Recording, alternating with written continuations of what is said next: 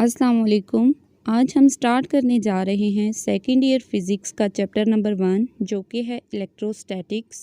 Electrostatic के chapter को start करने से पहले कुछ बेसिक टर्म्स हैं जिनको अंडरस्टैंड करना बहुत ज़रूरी है। सबसे पहली टर्म की अगर हम बात करें तो वो है चार्ज। अब चार्जेस की डिफरेंट स्टेट्स को डिफरेंट साइंटिस्ट ने स्टडी किया और उन्होंने डिफरेंट लॉज दिए। सबसे पहली स्टेट है जो चार्जेस की वो है चार्जेस एट रेस्ट। इसी तरह चार्जेस की पहली स्टेट्स को जो कि है चार्जेस एट रेस्ट को स्टडी करने के लिए हम यूज़ करते हैं इलेक्ट्रोस्टैटिक। सो इलेक्ट्रोस्टैटिक वर्ड हमें क्या बता रहा है? स्टैटिक इलेक्ट्रिसिटी मीन चार्जेस को रेस्ट की स्टेट में स्टडी करना, इसको कहते हैं इलेक्ट्रोस्टैटिक्स। नेक्स्ट हमारे पास जो स्टेट है चार्जेस की वो है चार्जेस एट मोशन। हमें पता है कि जब भी चार्जेस यूनिफॉर्म वेलोसिटी से मूव करते हैं तो इस फिनोमेना को हम करंट या इलेक्ट्रिसिटी कहते हैं। इसी तरह चार्जेस की थर्ड स्टेट है जिसमें चार्जेस नॉन यूनिफॉर्म वेलोसिटी से मूव कर रहे होते हैं, या तो उनकी वेलोसिटी इंक्रीज़ कर रही होती है या उनकी वेलोसिटी डिक्रीज़ कर रही होती है। तो इस केस में चार्जेस इलेक्ट्रोमैग्नेटिक रेडिएशन एमिट करते हैं। अब इन चार्जेस की 3 स्टेट्स को डिफरेंट साइंटिस्ट ने स्टडी किया और इन्होंने अपने लॉज प्रेजेंट किए।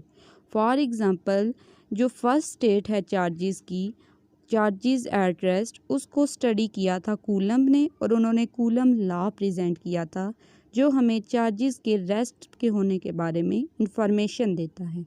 सेकंड जो स्टेट थी चार्जेस की मोशन के बारे में, उसको ओहम्स ने स्टडी किया था और उन्होंने ओहम्स लॉ दिया था जो हमें इंफॉर्मेशन प्रोवाइड करता है चार्जेस की मोशन के बारे में। अब हम बात करते हैं मैक्सवेल की, जिन्होंने चार्जेस की थर्ड स्टेट जिसमें वो नॉन यूनिफॉर्म वेलोसिटी से मूव करते हैं और इलेक्ट्रोमैग्नेटिक रेडिएशन को एमिट करते हैं, इसको स्टडी किया था और उन्होंने अपनी 4 इक्वेशंस दी थी जिनको कहते हैं मैक्सवेल इक्वेशंस, जो चार्जेस की इस स्टेट को स्टडी करती हैं।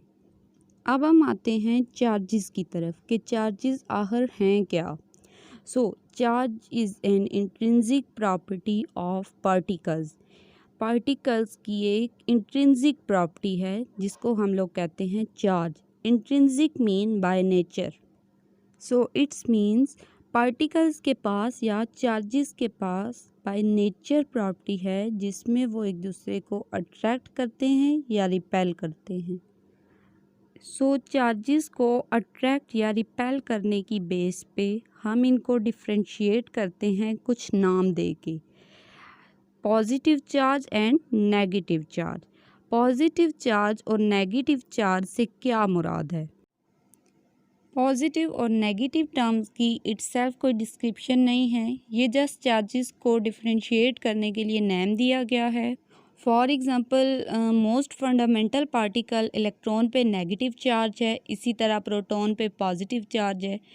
तो क्योंकि इलेक्ट्रॉन और प्रोटॉन मोस्ट फेमिलियर हैं, इस वजह से हम पॉजिटिव और नेगेटिव नेम दे सकते हैं। अदरवाइज़ अगर हम इनको डिफ्रेंशिएट करना चाहते हैं तो हम पॉजिटिव और नेगेटिव के अलावा अप एंड डाउन का भी नेम दे सकते हैं, बॉटम और टॉप का भी नाम दे सकते हैं। मींस के पॉजिटिव और नेगेटिव जस्ट डिफ्रेंशिएट करने के लिए चार्जेस को हम नाम देते हैं। ये थी चार्जेस की कुछ basic introduction. I hope so कि आपको चार्जेस का कुछ कॉन्सेप्ट क्लियर हुआ होगा। अब हम चार्जेस की कुछ टाइप्स की बात करते हैं। सबसे पहले हम बात करते हैं पॉइंट चार्ज। अब हम पॉइंट चार्ज को अंडरस्टैंड करने के लिए 2 चार्जेस जो कि पॉजिटिव हैं वो लेते हैं। लेट्स सपोज इन चार्जेस के दरमियान जो डिस्टेंस है वो d है। अगर ये डिस्टेंस इन चार्जेस की डायमेंशन के मुकाबले में बहुत ज़्यादा है, या फिर इस स्टेटमेंट को यूँ भी कहा जा सकता है कि अगर इन चार्जेस की डायमेंशन इनके दरमियान मौजूद डिस्टेंस के मुकाबले में बहुत कम है, तो इन चार्जेस को हम पॉइंट चार्ज कहते हैं। इससे हमें ये बात क्लियर हो जाती है कि पॉइंट चार्ज कभी भी सिंगल या आइसोलेटेड चार्ज नहीं हो सकता। पॉइंट चार्ज को हमेशा किसी दूसरे चार्ज के रेफरेंस से ही लिया जा सकता है। ये था पॉइंट चार्ज का कॉन्सेप्ट जो कि आपको क्लियर हो गया होगा।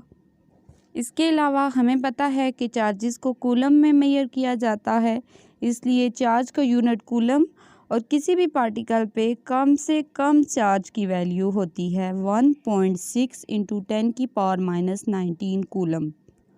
इस वीडियो में हमने इलेक्ट्रोस्टैटिक चैप्टर की बहुत इम्पोर्टेंट और बेसिक टर्म चार्ज और उसकी प्रॉपर्टीज़ को स्टडी किया।